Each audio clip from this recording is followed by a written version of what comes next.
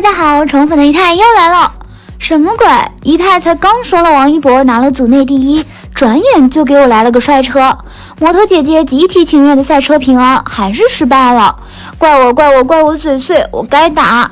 10月7日凌晨，王一博赛事摔车的最终仲裁结果已出，关于85赛车的碰撞事故被认定为比赛事故，所有车手成绩有效。总而言之，就是王一博与素人赛车手两个人都没有错，赛车比赛事故频发，王一博只是恰巧不幸遭遇了而已。所以此次所有车手的成绩都是有效的。而在该仲裁被发出之后，王一博粉丝在第一时间内给予了回应，纷纷表示尊重最终的裁决，但是体育精神不能丢，尊重但误伤就不需要道歉吗？说到这儿，一泰就得好好唠唠了，先给一些不知道发生了什么，还在云里雾里的小伙伴们整理一下到底发生了什么事儿。今年的2020年珠海 ZIC 摩托车赛车比赛，王一博和尹正作为明星参赛选手，在比赛开始前就备受关注，特别是在去年比赛中拿到D组新秀组第一、混组第2号成绩的王一博更受关注。在上半场排位赛中，王一博今年的单圈成绩超越了去年的成绩，拿到了一泰上期说的 A1 组第一，总排名第3。到了下午的决赛，王一博第3圈跑出了单圈1分56秒764的好成绩，刷新了他个人在比赛中的最快圈速。可是原本稳拿第2的王一博却在最后一圈中被身后超车的选手绊倒，车身失去平衡，导致王一博连人带车翻出赛道。王一博摔车翻出赛道后，扳倒他的对手胡通明火速站出来，试图启动摩托车重新比赛。王一博也是迅速起身为自己的摩托车打火，但无奈启动都启动不起来，只能放弃了。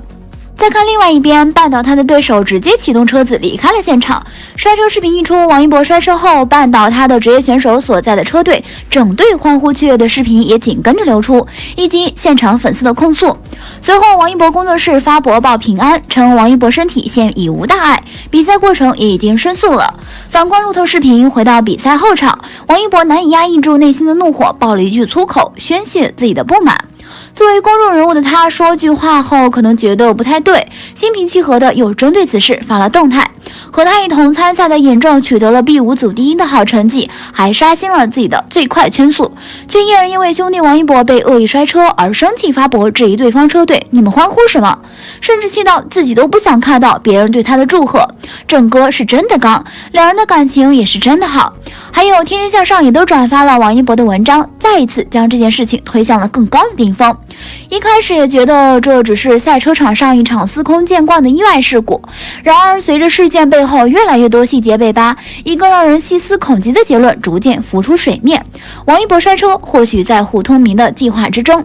截至目前，至少有5个细节能够支撑这一结论。第一点，论理无论是王一博还是胡通明，当他们摔倒后的瞬间，正常人的第一反应应该都是揪着一颗心，然后祈祷两人安然无恙。然而胡通明的团队却在王一博还在地上翻滚时就开始欢呼雀跃，鼓掌庆祝了。胡通明团队的反应实在是太令人匪夷所思了。即便他们对竞争对手王一博的安危可以不管不顾，但胡通明不是自己人吗？队友摔倒了还躺在地上，他们居然高兴到手舞足蹈。按照正常逻辑推断，唯一的解释或许就只有这一个：王一博摔车在胡通明的计划之内，计划达成，队友岂有不高兴之理？第二点，胡通明绊倒王一博之后，人和车几乎都毫发无损，王一博的车却无法再次启动。此时应该负全责的胡通明非但没有跟王一博致歉，就扬长而去。更可恶的是，重返赛道后的他还直接在王一博视线中跟队友击掌祝贺，其背后的潜台词似乎是绊倒王一博了，大功告成。第三点，事后胡通明车队聊天记录曝光，赫然出现不负众望、不负众望、胡总精神、胡总牛叉等让人怒发冲冠的字眼，尤其是不负众望4个字，特别容易让人理解成胡通明让王一博摔车是计划中的目标，王一博摔车的目标实现了，不就是所谓的众望所归吗？真是细思恐极。同样让人不齿的是，胡通明车队群居然还出现了内涵王一博女粉丝的言论。第4点，赛车现场有不少王一博粉丝，王一博摔车后，有些粉丝马上跑到王一博后面等他，结果一路都是胡通明车队队员的掌声和欢呼声，他们甚至还拿出手机拍摄痛哭的他们。素质如此低下的车队，把绊倒王一博当做计划的可能性是存在的。第5点，摔车之后，王一博怒不可遏，直接找胡通明车队理论。若非尹正等人苦苦劝阻，双方极有可能动手爆发冲突。王一博一直是一个谦逊懂礼的人，他之所以一反常态，足见胡通明的过分之处。事后，王一博控制住了自己的情绪，呼吁粉丝不要去骂胡通明车队。面对不公，他只是直言对方没有体育精神。当然，这并非胡通明第一次绊倒其他赛车手。对胡通明比较熟悉的赛车爱好者总结了这么一句话：胡通明这个人啊，18年、19年、20年3连摔，之前摔出奖杯和黄牌，今年刷出名次和热搜。以上6大细节显示，王一博摔车或许真的不是意外，而是一场有预谋的计划。不过这种事情即便是真的，也没有人会轻易承认的。为了自证清白，胡通明车队已经向王一博送去了慰问，并公开声明坚决抵制任何形式的不公平行为。不过公道自在人心，他们的声明换来了一句：你们到底在欢呼什么？